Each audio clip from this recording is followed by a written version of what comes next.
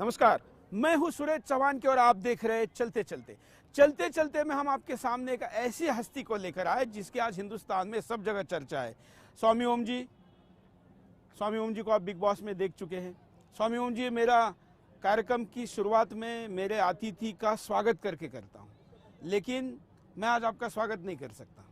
मैं बहुत आज मेरे मन में आपके प्रति इतना गुस्सा है कि मेरे दर्शकों ने आपके बारे में ऐसी सवाल भेजे, ऐसी प्रतिक्रिया भेजी है जिससे मैं आपका स्वागत नहीं कर सकता, जबकि मेरे संस्कार है कि मैं आपसे कुछ अभद्रता ना करूं, इसलिए मैं आपको छोड़ रहा हूं।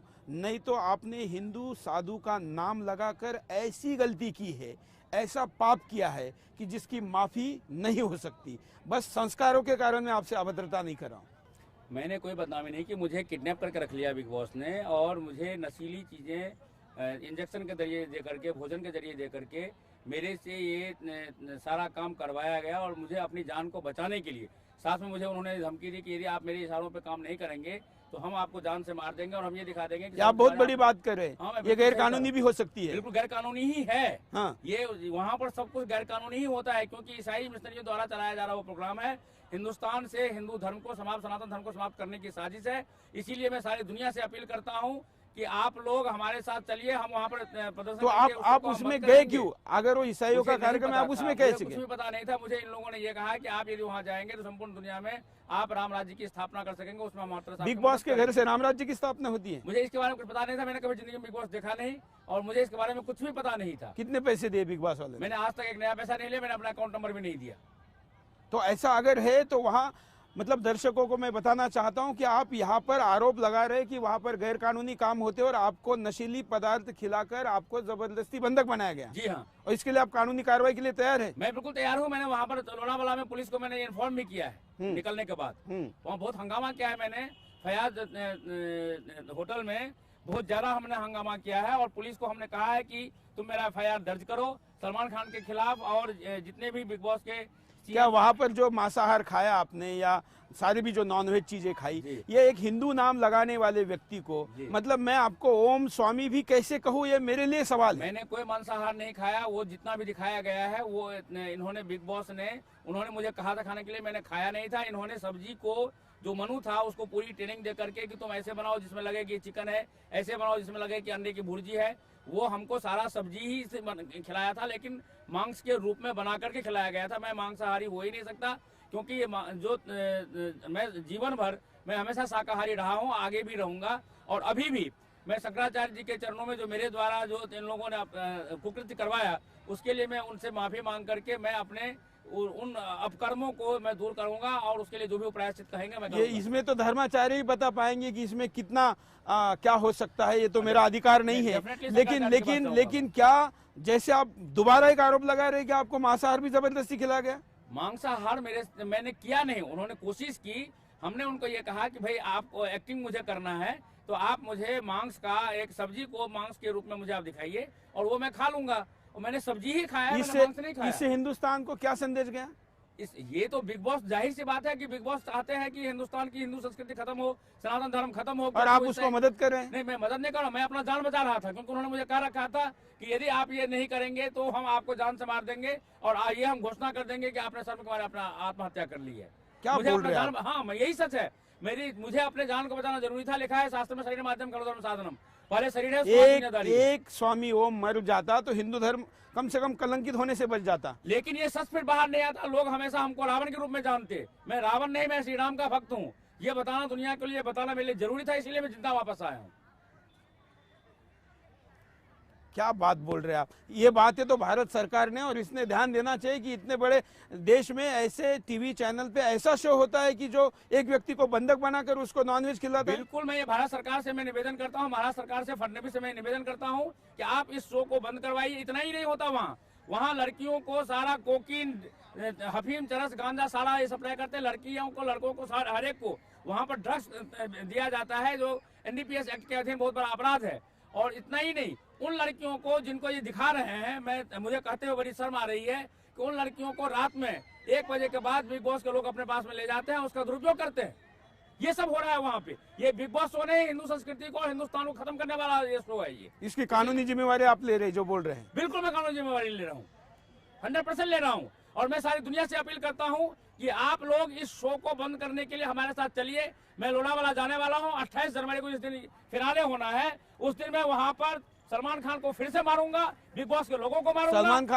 सलमान खान ने एक हिंदू साधु का नाम लेके थप्पड़ मारूंगा ये कहा, और हम जैसे लोग चुप इसलिए हो गए क्योंकि वहाँ पर जो स्वामी दिखाया जा रहा था वो बदमाशी कर रहा था, वो हिंदू धर्म को बदनाम कर रहा था। सलमान की हिम्मत कैसे हुई कि एक हिंदू साधु की तरफ हाथ उठाने की? इसलिए हुई क्योंकि वो जो साधु टीवी पे दिखाया जा रहा था वो गलतियां कर रहा था। गलतियां मैं कर नहीं रहा था, मेरे से करवाया जा रहा था, मुझे जान से मारने की, हत्या की धमकी देकर करवाया जा रहा था।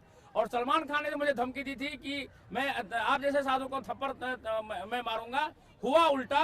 सलमान खान को मैंने उल्टा थप्पड़ मारा, उसके दबंगे मैंने खत्म कर दिए। जो बोल रहे तो टीवी पे तो दिखा नहीं टीवी पे नहीं दिखा, हमने किसी को बताया नहीं है ये बात। क्यों नहीं बताया? अगर सलमान को आपने थप्पड़ मारी है तो ये दुनिया को बताना चाहिए। इसलिए नहीं दिखा क्योंकि वो स्मोकिंग जोन था, और स्मोकिंग जोन में ये कोई कैमरा नहीं होता है। ये स्मोकिंग जोन में सिगरेट पीते हुए उसने जब ये कहा कि आपसे बड़ा गुंडा मैं हूं, मैं निश्चित रूप से दाऊद मेरा दोस्त है, हाफिज सईद मेरा दोस्त है, मैं ISI का मैं एजेंट हूं, अबू सलेम मेरा दोस्त है, तो मैं आपको मैं बर्बाद कर दूंगा। और ये कहते हुए उसने धुआं, सिगरेट का धुआं मेरे मुंह में फेंका। मैंने उसको जमा करके मैं थप्पड़ पूरा सन्न रह गया था उस वक्त। मैं उसको मैंने बाहर खींचने की, ये जो आप बोल रहे हैं सलमान ने खुद कहा? ये सलमान ने खुद कहा था। वो है, वो ISI एजेंट है, वो देशद्रोही है, वो भारतद्रोही है, उसको गिरफ्तार करके जेल में डालना चाहिए। मैं वो सारा सबूत वहां पर हाजिर करूंगा। और सलमान को मैं चैलेंज करता हूं, यदि तुम में हिम्मत है तो मेरे खिलाफ आकर के लड़ो, मेरे बयान का तुम खंडन करो। दुर्भाग्य से आपकी इतनी क्रेडिबिलिटी नहीं बची है कि जो बात आप कह रहे हैं इसको लोग सच माने। कोई फर्क नहीं पड़ता। सलमान ने पहले भी कहा था, जब विवेक ओबराय से ऐश्वर्या राय का प्यार हुआ था तब भी सलमान ने कहा था कि मेरे ये सारे दोस्त हैं, ये अबू सलेम मेरा दोस्त है। ये मैं आज जो कह रहा हूँ ये सलमान खान उस वक्त से कह रहा है जिस वक्त ऐश्वर्या राय को प्यार करता था। तो ये पहले से भी प्रूफ है। ये दूसरी बात, सलमान मेरा दुश्मन पहले से है। जब उसने पाकिस्तानी कलाकार के बारे में कहा था तो उसको यहाँ पर काम करने दिया, तो मैंने रैली की थी उसके खिलाफ। सलमान, जब पिछले साल जब मैंने जिस लेडी को मैंने थप्पड़ मारा था वो सलमान खान की रखेल थी, और ये बात मैंने उस वक्त बहुत ज्यादा जोर से कहा था, आपके चैनल में भी कहा था। मैं ये बात सिर्फ आज नहीं कह रहा हूँ। आपकी ऐसी अभद्र भाषा दिखाने के लिए तो हम वो बिग बॉस नहीं है ना उस टाइप के कार्यक्रम है, ये फैमिली चैनल है और फैमिली के लोगों को दिखाने के लिए है। लेकिन आप जिस भाषा में और जिस तरीके से बोल रहे हैं इससे धर्म को रिप्रेजेंट करना तो असंभव है। नहीं, वो मेरी मजबूरी, जैसे मैंने पहले कहा कि मेरा जान खतरे में पड़ा हुआ था और मैं जिंदा इसीलिए वापस आया ताकि मैं सच बता सकूं दुनिया को। अब ये पता है यहाँ पर जो भीड़ है, ये भीड़ आपसे कितनी खफा है आपको पता है? उनका खफा होना बिल्कुल स्वाभाविक है। जो मेरे से मैं कुछ लोगों से बात करना चाहता हूँ। हमारे साथ कई लोग भी है क्योंकि हम यहाँ पर शूट करने आए। चलते चलते तो इतने सारे लोग स्वामी ओम जी को देखने और उनके खिलाफ बोलने आए। कुछ लोगों की प्रतिक्रिया हम लेते हैं। आप स्वामी ओम जी के बारे में क्या कहना चाहेगी? हम ये कहना चाहेंगे जो इनके सीन है एकदम गंद फैलाने वाले। अगर ये बोलते हैं वो पेशाब नहीं था, मूत का जो मुरारी देसाई था वो भी कहता मूत करके पीता, वो कहता पेशाब। आपका क्या कहना है? ठहरो, दूसरी बात आपने बोला भाई मेरे को कहा गया, तेरे को बोल दे कोई फांसी ले ले तो तू फांसी ले लेगा? बता दे, फांसी ले लेगा? फांसी से बचने के लिए ले। आप क्या कहना चाहते हैं? हर टास्क में जीतना चाहते हो, जहां आपकी हार होती है वहीं आप पगला जाते हो। आपने रोहन के पूरे मुंह में मूत फेंका, क्या आपने अच्छा किया? बानी एक लड़की थी, क्यों उसके मुंह में मूत फेंका? अच्छा, बानी एक इतनी अच्छी लड़की है जिसकी कोई हद नहीं। तो आप देख रहे हैं कि हमारा पहला ऐसा चलते चलते जिसमें लोग हंगामा कर रहे हो, गेस्ट के खिलाफ बोल रहे हैं। तो आप क्या मतलब हिंदू धर्म की मजाक उड़ा के रखी है? देखिए, हिंदू धर्म का मजाक मैंने नहीं उड़ाया। ये मेरे से जो बिग बॉस ने जान से मारने की धमकी देकर के मेरे से करवाया, वो इन लोगों को नहीं पता है। इनका नाराज होना स्वाभाविक सी बात है। मैं यही बताने के लिए अपने आप को जिंदा वापस लाया हूँ, वरना मैं वहाँ पर खुद ही मैं आत्महत्या कर चुका होता। मैं खुद इतना दुखी था। मैंने बार बार बिग बॉस से कहा, आपने देखा होगा रोहन को जब मैं चम्मच दिखा रहा था तो मैंने कहा था कि मैं इस शो में मैं नहीं रहना चाहता हूँ, मैं दरवाजा तोड़ करके बाहर जाना चाहता हूँ। फिर कॉलर्स ने मुझे कहा कि आप ऐसा मत कीजिए, आप विनर हैं, आप वहीं रहिए। मैं पब्लिक के कहने पर मैं वहाँ रुका। मैं वहां पर आत्महत्या करना चाहता था। जो मेरे से इन्होंने अपराध करवाया उसके लिए मैं वहां पर आत्महत्या करना चाहता था। और ये सच्चाई है कि मैं वहां पे नहीं रहना चाहता था, मैं अपने आप को मार देना चाहता था, लेकिन मुझे मरने नहीं दिया लोगों ने। मैं क्या करूं, मेरी क्या गलती है? मुझे नशे के इंजेक्शन देने करके मेरे से करवाया गया। मैं क्या करता? मैं जिंदा इसलिए आया था कि लोगों से बता सकूं। मैं इसीलिए यहाँ पर आया हूँ और मेरा कोई मकसद नहीं था। मैं खुद को मार लेता मैं वहाँ पे।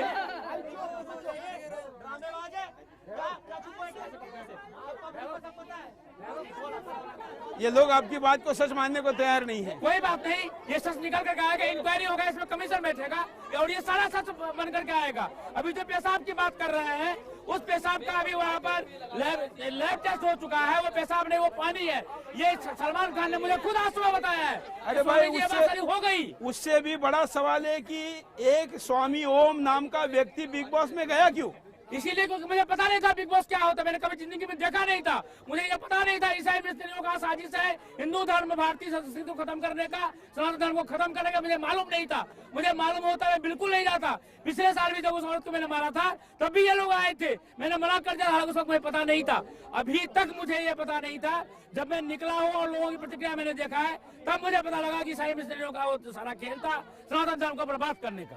लेकिन जिस प्रकार से सारा प्रकरण हुआ है, इससे आप अभी देश को क्या संदेश देंगे? देश को मैं संदेश देना चाहता हूं कि इस तरह के जो शो हैं उसको बंद करवाओ, सलमान खान को गिरफ्तार करो, बिग बॉस के सभी पदाधिकारियों को गिरफ्तार करो, इसमें इंक्वायरी करो। मैं गवाही दूंगा और सारा सबूत दूंगा।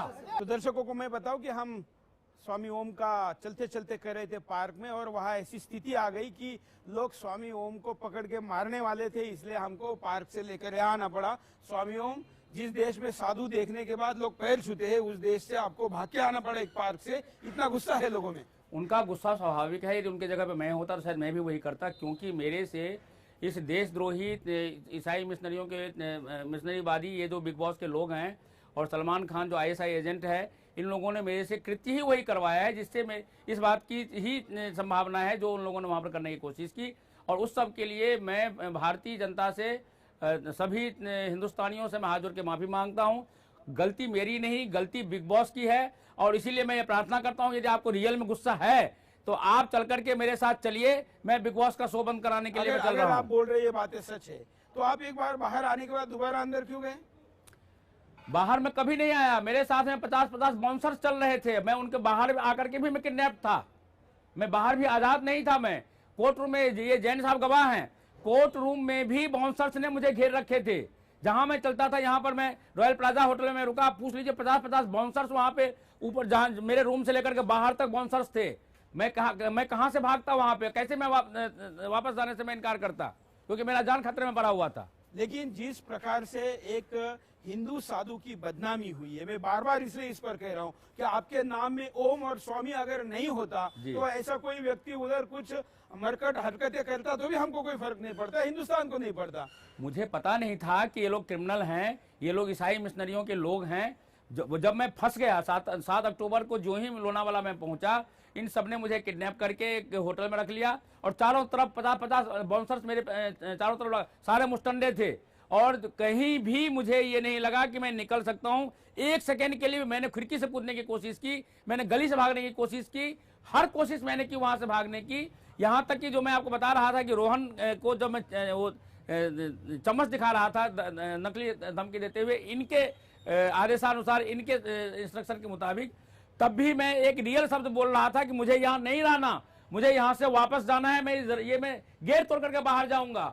लेकिन उसके बाद कई कॉलर्स ने, जो वीक ऑफ द कॉलर होता है, उसमें कई कॉलर ने कहा कि स्वामी जी ऐसा मत, कि उनको नहीं पता था मेरी सिचुएशन क्या है। वहां मैं बोल नहीं सकता था कि मेरा जान खतरे में पड़ा हुआ है।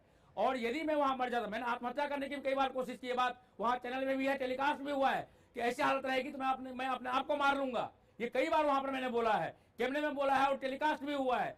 मैं तो वहां पर सिर्फ बोल सकता था कैमरे में क्या वो दिखाते हैं, वो एडिट करते हैं 24 घंटे का 1 घंटे में करते हैं, वो अपने मतलब का दिखाते हैं। वो मेरे खिलाफ, हिंदू धर्म के खिलाफ, सनातन धर्म के खिलाफ जो दिखाना चाहते थे वो उन्होंने दिखाया। वहां पर मैंने बहुत अच्छे काम किए, मैंने लड़कियों को मदद किया, लड़कों को मदद किया, वो सब कुछ नहीं दिखाया। आपके दिखाया तो गया कि लड़कियों के साथ नहा रहे थे, वो भी स्विमिंग पूल में। नहीं, वो मेरा राजा रंग का एक रोल था, एक्ट था, जिसमें इन्होंने वो हमको करने के लिए कहा था। मैं कोई मर्जी से नहीं नहा रहा था, वो हमको इसके लिए करने के लिए स्क्रिप्ट बना करके दिया गया था। उसमें मुझे राजा बनाया गया था और उन लोगों को दासियां बनाई गई थी, मोनालिसा वगैरह को। आपको पता है जो षड्यंत्र करने वाले लोग आप जिनको कहते हैं, हिंदुस्तान में षड्यंत्र होता है फिल्मों से, सीरियलों से, हिंदू के खिलाफ, हम जानते हैं जी। लेकिन ये सब कुछ करने का उनको मौका इसलिए मिला क्योंकि आप जैसा एक सॉफ्ट शिकार उनको मिल गया। डेफिनेटली मैं इस बात से पूरी तरह से सहमत हूँ, क्योंकि चूंकि मुझे पता नहीं था ये बिग बॉस शो क्या है। मुझे ये कहा गया था कि आपको हमारे शो के माध्यम से पूरी दुनिया को आप बदल सकते हैं, हम रामराज्य की स्थापना कर सकते हैं।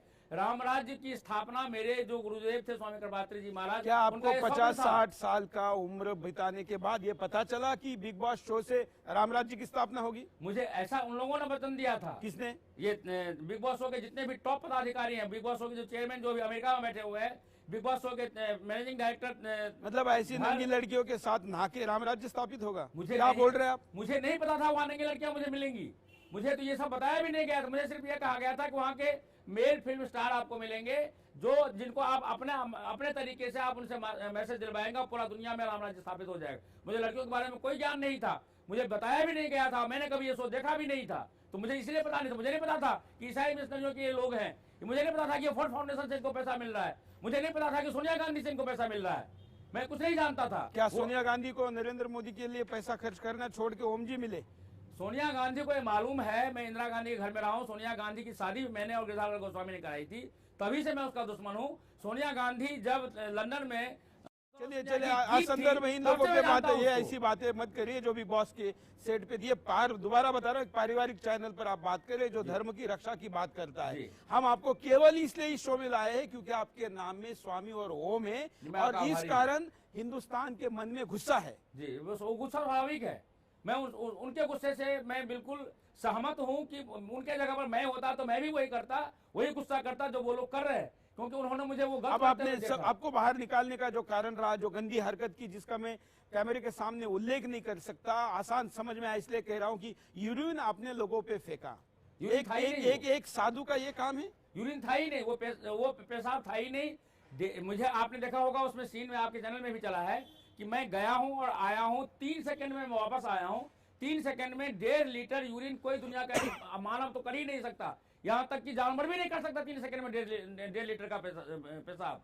तो वो हमको ये यूज साइंस में नहीं जाना है, हमको इससे जाना है कि ये बाहर मैसेज गया है कि एक साधु ने ऐसा किया जिसके नाम में साधु है। हाँ, ये मुझे करने के लिए कहा गया था। आप ये देखेंगे वहां पर जो कन्फेशन रूम में मेरी और बिग बॉस से बात हुई है, उसमें मैंने उनसे पूछा क्या मुझे अपने एक्ट करने के लिए आप 10 मिनट पहले बजर बजाएंगे? उन्होंने कहा बिल्कुल बजाएंगे। और आपने देखा होगा उसमें 10 मिनट पहले बजर बजाया गया और ये कहा है कि 10 मिनट ही बाकी है। उसका सीधा मतलब ये था कि जो उन्होंने एक्ट करने के लिए मुझे कहा था कि आप पानी को पेशाब का क्या फेंकना, वो एक्ट करने के लिए ही वो बजर बजाया गया था, वरना आज तक किसी भी टास्क में 10 मिनट पहले कभी भी बजर नहीं बजाया गया।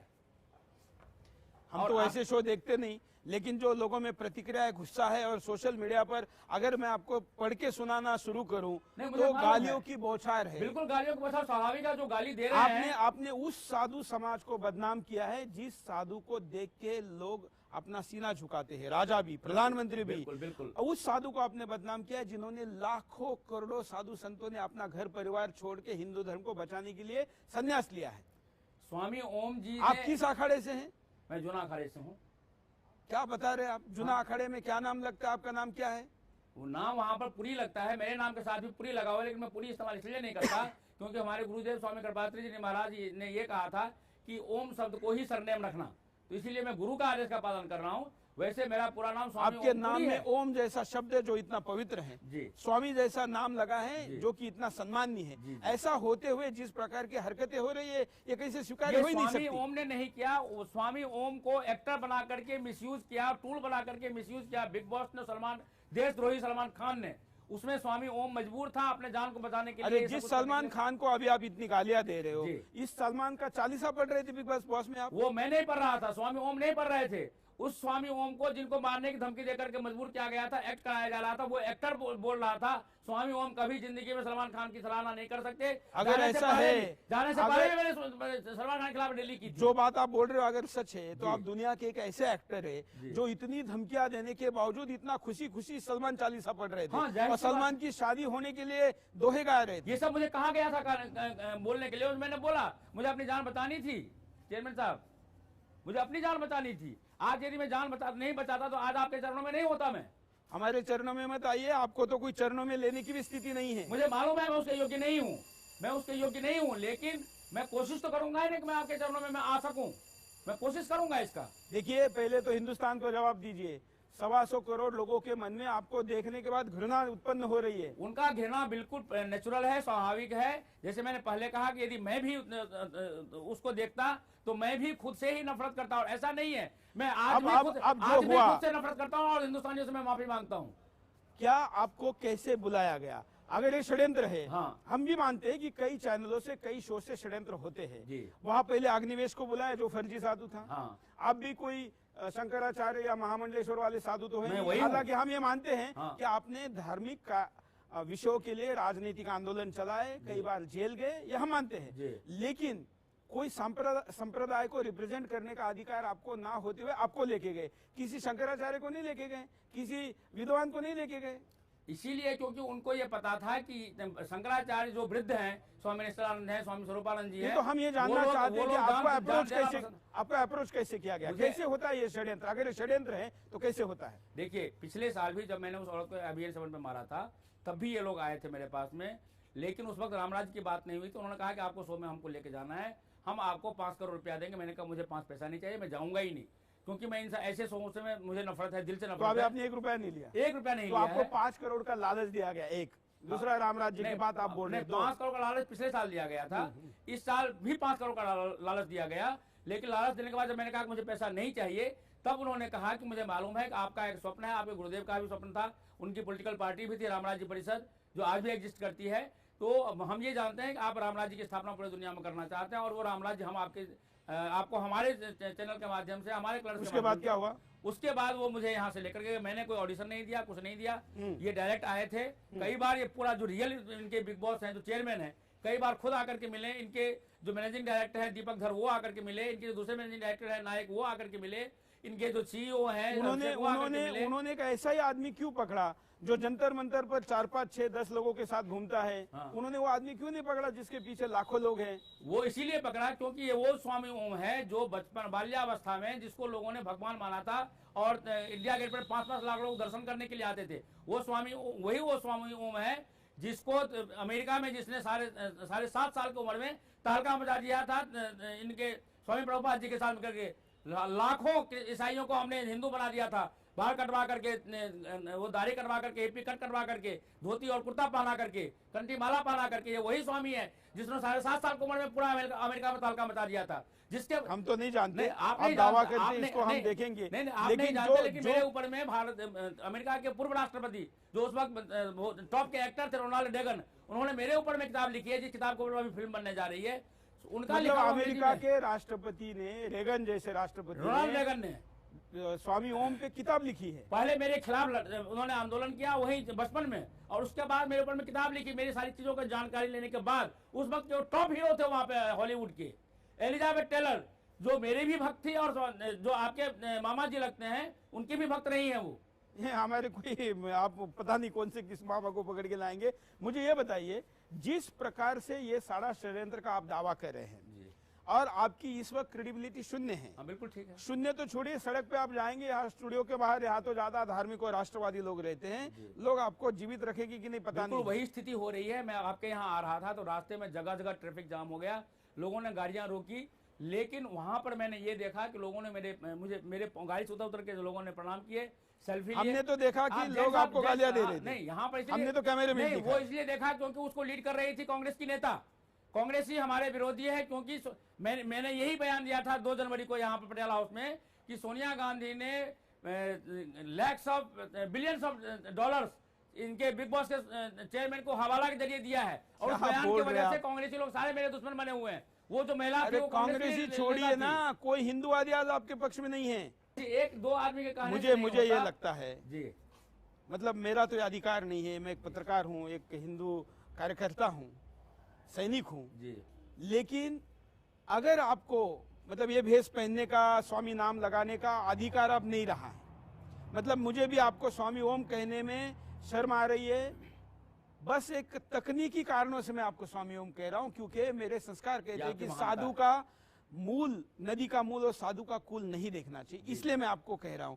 अब आप आगे क्या करेंगे? हिंदू धर्म में प्रायश्चित करने की व्यवस्था है, वो करिए ना। हाँ, मैं उसके लिए मेरे कजन ब्रदर भी है, गुरु भाई भी हैं, स्वामी निश्चलानंद जगद्गुरु कोई कोई शंकराचार्य हैं। कोई शंकराचार्य बनने के बाद ब्रदर बिदर नहीं रहता। हाँ ठीक है, ये भी आपको पता हाँ, नहीं है। ये मुझे मालूम है। तो मैं शंकराचार्य जी के चरणों में जाऊंगा, उनसे प्रायश्चित पूछूंगा, जो भी वो प्रायश्चित कहेंगे। और वो सिर्फ मेरे ही शंकराचार्य नहीं है, प्रधानमंत्री नरेंद्र मोदी जी भी वहां पर गए थे उनके चरणों में, उड़ीसा में, पुरी में। तो मैं उनके चरणों में ही जाऊंगा, और उसके साथ साथ वहां पे आपके आशीर्वाद से एक बहुत बड़ा ऐतिहासिक काम मैं करने वाला हूं।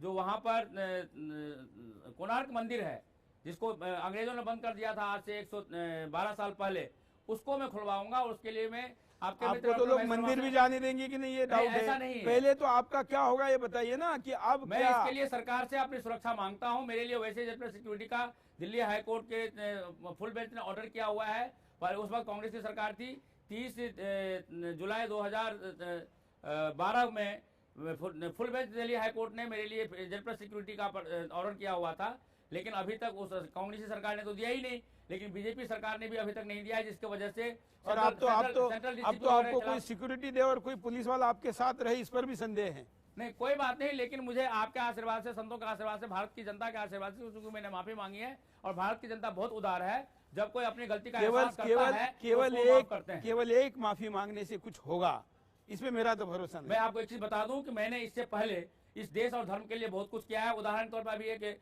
नोट वाला कांड चल रहा है। ये जो नोटबंदी है वो मेरा देन है, क्योंकि पिछले कई वर्षों से कांग्रेस सरकार में भी मैं करता रहा आंदोलन कि ये भ्रष्टाचार को खत्म करने के अलावा जो ये जो नक्सली है, ईसाई मिशनरियां, उनको खत्म करने का एक ही रास्ता है, नोटबंदी।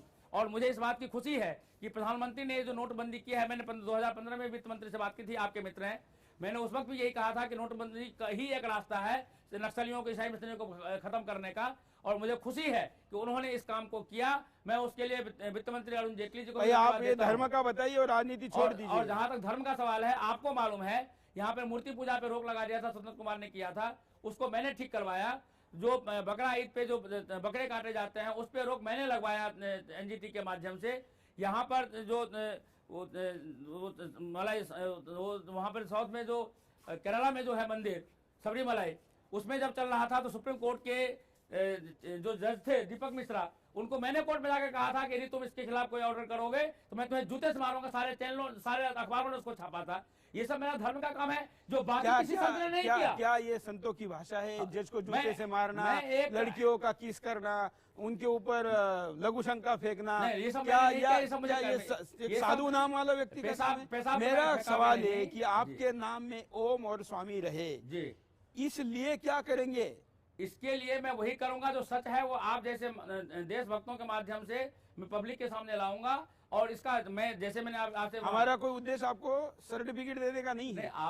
हम ये मानते हैं, हमारी केवल एक सिंपैथी है कि आप जैसे लोगों के द्वारा धर्म को बदनाम करने का षड्यंत्र करने वाले लोगों को नंगा किया जाए। बिल्कुल, हम कोई स्वामी ओम को सर्टिफिकेट धुलवा के नहीं देना चाहते। देखिए, आपने इतना बड़ा पाप किया है कि जिसको हम माफ नहीं करेंगे, लेकिन ये षड्यंत्र लोगों के सामने लाना चाहिए। केवल इसलिए इस शो में आपको बुलाया है, और हम आशा करते हैं ये काम जिनका है, जिन धर्माचार्यों का है, उनके पास जाइए, उनके चरणों में पढ़िए, वो जो प्रायश्चित्त बताएंगे वो प्रायश्चित्त करिए। उसके बाद अगर आपके नाम में स्वामी और ओम रहता है तो रखिए, नहीं तो वो जो करे वो करेंगे। मैं पत्रकार के नाते मैं पूरे शो में शुरू से लेकर अब तक आपकी अगेंस्ट हूँ, अगेंस्ट तब तक रहूंगा जब तक धर्माचार्य कोई निर्णय आपके बारे में ना करे।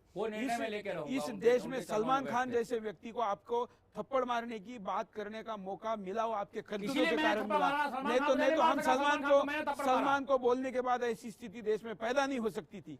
सलमान खान तो देशद्रोही है। खैर चलो उसने कहा मैंने थप्पड़ मारा उसको, चलिए हम आपके क्या आभार भी कैसे व्यक्त करें, लेकिन जो भी आप शो में आए। मित्रों, सुदर्शन का हमेशा प्रयास रहा है कि ऐसे षड्यंत्र को लोगों के सामने लाया जाए जो देश और धर्म के खिलाफ होते हैं। जो घटना स्वामी ओम के नाते घरों में देखकर हंसी मजाक और जो भी सारा नाटक हो रहा है, ये कुछ लोगों के लिए ड्रामा, इंटरटेनमेंट या एक टीवी सीरियल का हिस्सा हो सकता है, सुदर्शन के लिए नहीं। हम पहले से कहते आए हैं कि कई फिल्मों के द्वारा, टीवी सीरियल के द्वारा ऐसे षड्यंत्र हिंदुस्तान में पहले भी होते रहे हैं और अभी भी हो रहे हैं। उस षड्यंत्र को एक्सपोज करने के लिए हमने आज आपके सामने इस शख्सियत को लाया था। आज ये चर्चा जो भी हुई है आपके सामने हमने रखी है, लोगों की प्रतिक्रिया के साथ रखी है। आज के शो के लिए इतना ही। नमस्कार।